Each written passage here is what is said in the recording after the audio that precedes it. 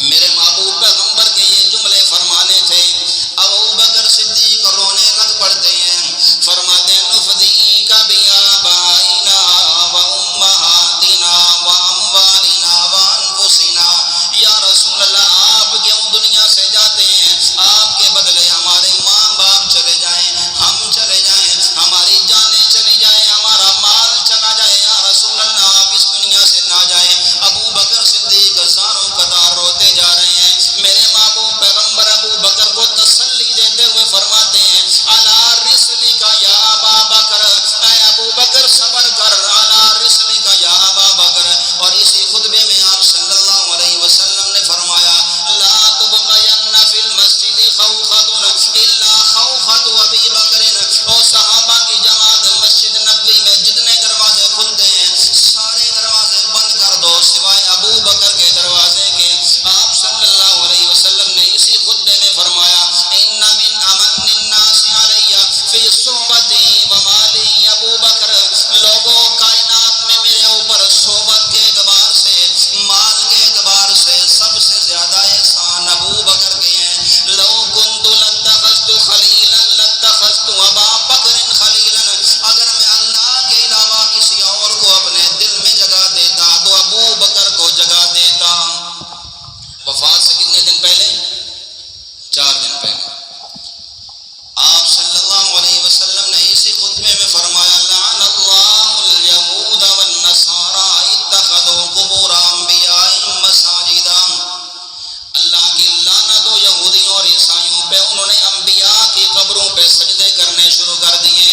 اور اسی خطبے میں آپ صلی اللہ علیہ وسلم نے اپنے آپ کو پیش کیا تھا صحابہ کی جماعت میں نے جس کی بے آبروئی کی ہو، آج میری عزت حاصل ہے، آج میری عزت حاصل ہے، میں نے جس کسی کو کوئی تکلیف دی ہے، کسی کو کوڑا مارا ہے، آج میرا وجود حاصل ہے۔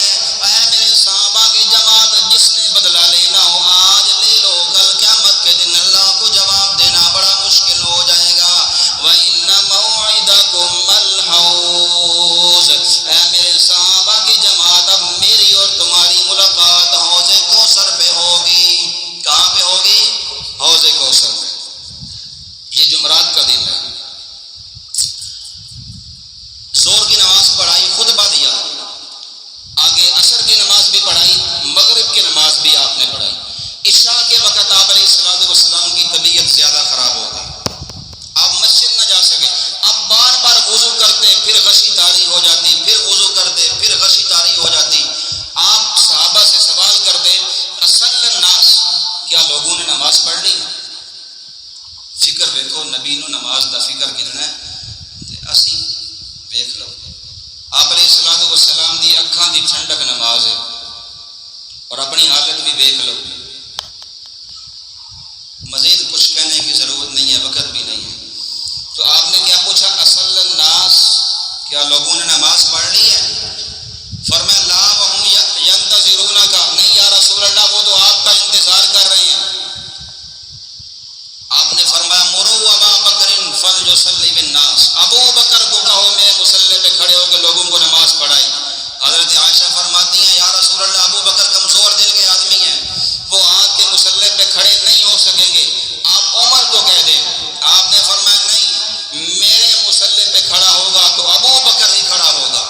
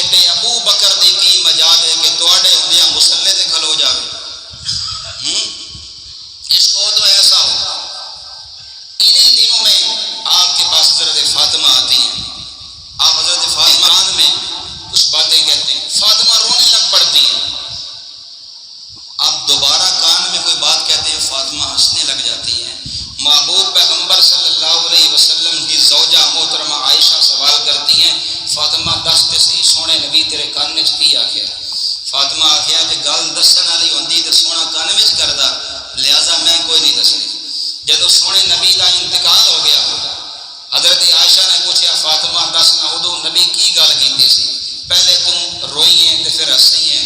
حضرت فاطمہ نے فرمایا سونے نبی نے فرمایا سی میری وفات دا وقت قریب آ گیا ہے، تیرے واسطے خوشخبری ہے، میرے دنیا تو جان تو بعد سب تو پہلے میری تیرے نال ملاقات ہوئے گی۔ فرمانیاں نے پہلے جدو خبر دیتی وفات دی رون لگ پئیاں، اور جدو ملاقات دی خبر ملی ہے تے ہسن لگ پئی۔